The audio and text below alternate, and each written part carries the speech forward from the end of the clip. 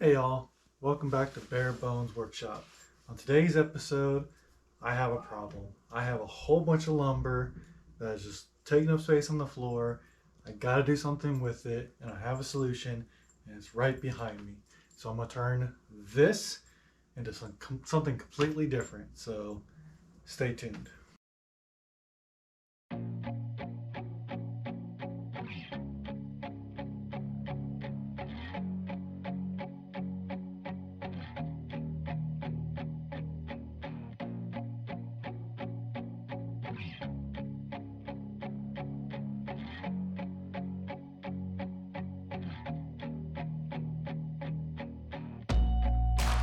All right, folks, we are back, and as you can tell, I did a little bit of cosmetic work on the wall just to cover up some of the small holes and some of the small imperfections. Um, Now, just because I kind of want to make this place a little bit more spiffy, I'm going to go ahead and throw a coat of paint up. Now, this will truly be a paint that I cannot tell you exactly what color it is. So this is a Bare Ultra interior semi-gloss enamel, scuff defense, stain blocking paint and primer in one. Um, Basically, this is a manager special. Somebody mixed a batch of gray paint, didn't like it or something, or maybe they returned a completely odd color and they made it into a gray, but this is a gray paint. I have no clue what color it is. Um, Stirred it up and put it on a paint stick. I mean, that probably honestly just looks black right now, but it's gray. It's probably, I don't know, probably like a slate or maybe even darker. So it might darken it up in here, but you know what? I'm willing to take that risk because I kind of do like grays. So we're gonna get this started. I'm gonna go ahead and probably just do around the perimeter real quick, and then I'm gonna break out the roller and roll the edges. So let's just go ahead and put you guys on time lapse, and we're just gonna paint this wall real quick.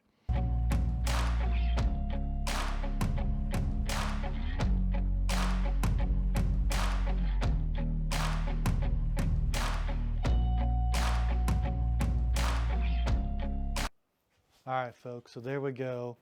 We got a coat of gray paint on there. I honestly, I think it looks stunning in here. It actually doesn't really darken it up too much, in my opinion, especially with these LED lights that I have. And I'll be rearranging these once I insulate the ceiling and put the OSB board up and paint the OSB board white. That'll really brighten it up. That'll be really, I like that. It's almost like an accent wall. So obviously this is going to be more than a one day project. However, with the magic of YouTube, we are going to be right back at it.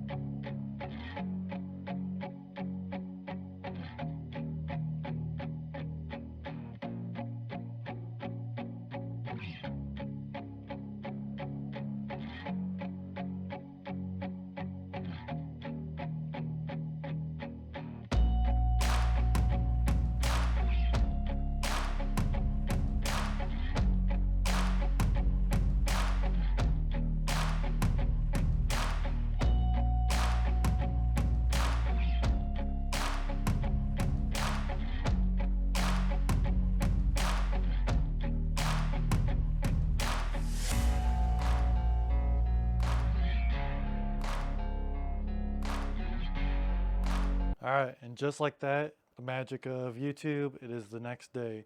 As you can already see, I started working on um, building the uprights, building the outriggers, or whatever you want to call them. And I've had these verticals drying for a while, so now I'm just going to go ahead and put them up. Some of the things I want to talk about real quick is the way I built them. So these are 37 inches long, and what I'm going to do for now is just because I'm just trying to, this is stuff I'm using in the house that I have laying around. And what I'm going to do is, starting from the top, I have a hole drilled in at 10 inches, 22 inches, and 34 inches.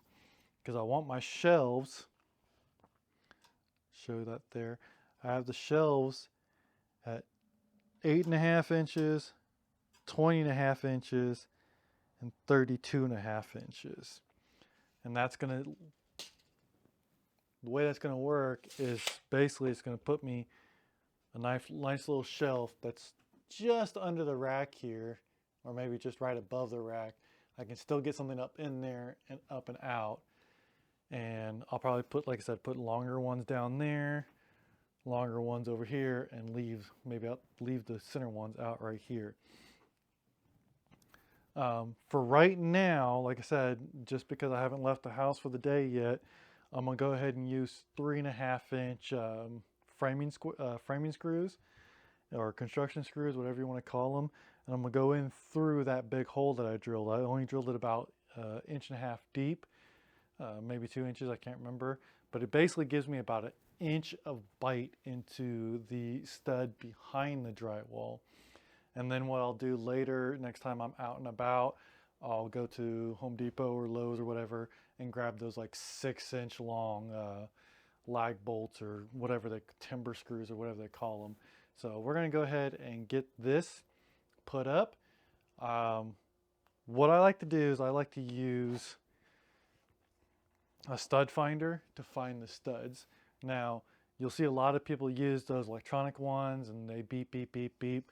I found that using the Stud Buddy is the best and easiest thing I've ever used. I've never had to worry about batteries or did it hit the edge of the stud or the center of the stud.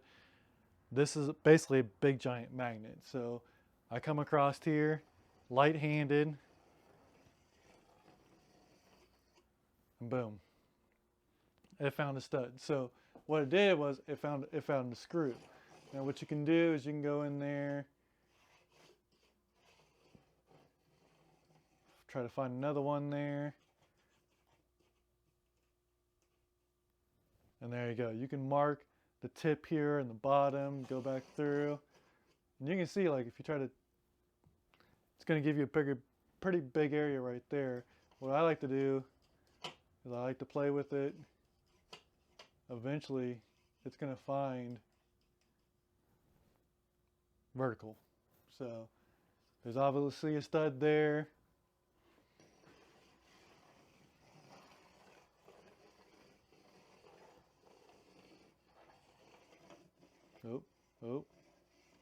Oh, found something. So there you go. Another stud right there. So I'm going to go ahead and go through, mark all my studs, and then we're going to get these anchored in. So let's get at it.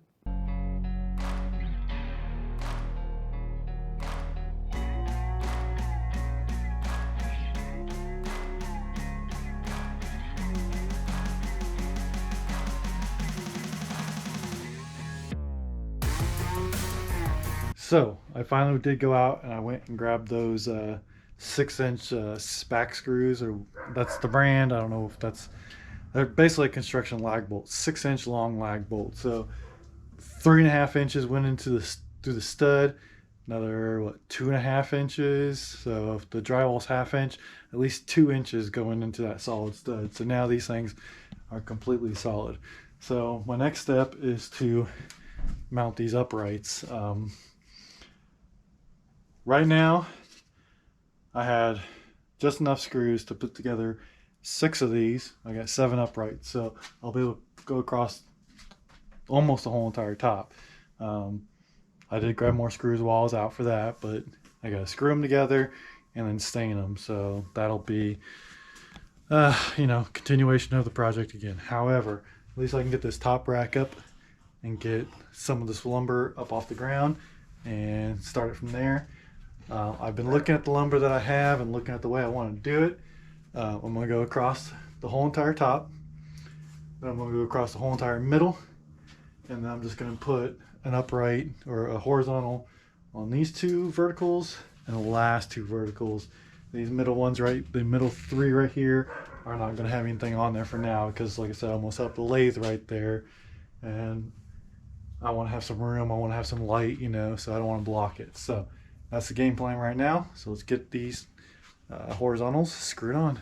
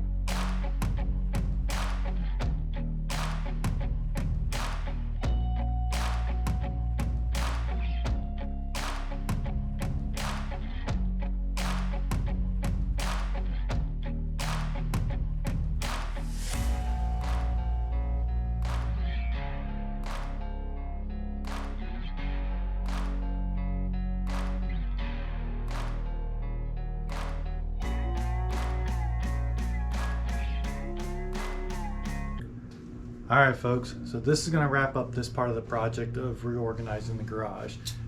This gets a lot of my lumber off the ground, gets me somewhat organized.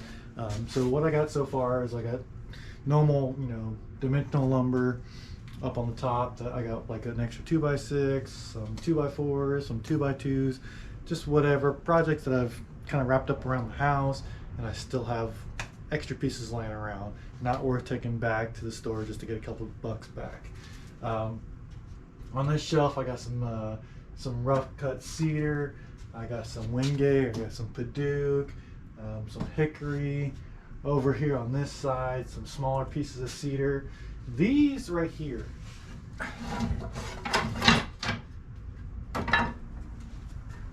so these were found in a shed that I used to have on my property. They were up in the rafters, and I'm not sure if the guy was making real rifles. Don't know what style rifle it would be, or if he was making toy rifles or whatever. However, I got plenty of these blanks. Don't know what they're worth. They're solid walnut, about 2.5 inches thick. Pretty good size here. So, whatever you want to say on that, that is interesting. So if you have an idea, leave it down in the comments. I may actually at some point carve some of these up. My thought would be kind of like Roman candle war. Put the Roman candle in there and light it, and then you can just have a little fun with it. But so yeah, got several of those. If they're actually something that somebody might actually really know what they're for and I could sell them to you, let me know. I honestly don't know. So over on that side, those are all basically just pieces that are waiting to be turned into cutting boards. So I just got to glue them up, turn them into cutting boards, Don't know if I'll go in grain or edge grain on them, but they're right there ready to go. Now, the only thing that's going to finish up this area right here is I'm going to go ahead and sand this tabletop down and probably put the same color stain that I did on the uprights. Do that on this table, and then when that completely dries, I'll get the lathe set up, and this will be my lathe station. But yeah, that's the lumber rack. I think it really helps clean up the garage. I'm walking around where all this lumber was just sitting on the ground. It was upright a little bit, but now I can like move around freely and work right here. I still have to mount the kayak up over in this position. I'm still debating if I actually want to put it up there or not. I'm just trying to figure out, one, how to mount it, and two, how low is it actually going to hang once I mount it. I'd like to get it as tight to the ceiling as possible, but I don't want to sit there and like ratchet strap it and like crank it up to the roof and then compress it.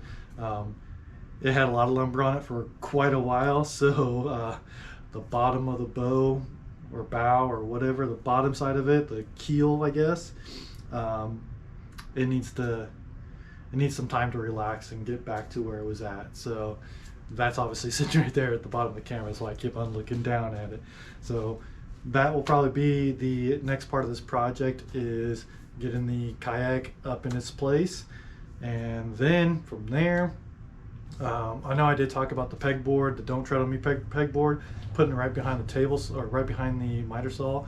I've completely rethought that plan, because what's the first thing that happens when you start cutting with the miter saw? Dust goes everywhere. If I don't have every single one of those holes filled with pegs, behind that is just going to become like a solid thing of dust. I don't want that. And I don't plan on putting that much stuff on there. It's kind of more of a, I don't know yet. So I'm thinking it might go on the side where the drill presses are at. Could put a couple different organizers in there for, you know, maybe a couple clamps on there for you when I use the drill press. Maybe find some kind of way to make a organizer, a peg organizer that has the different drill bits in there, maybe some Forstner bits, different things like that. And that is kind of my plan for that pegboard, is maybe just go on the sidewall there. So please stay tuned. We'll see what will happen on the next episode. Like I said, I'm thinking about doing the kayak. There's so much more organization that can happen in this garage before we start up the workshop. This is really coming together, and I appreciate you guys watching. Thank you.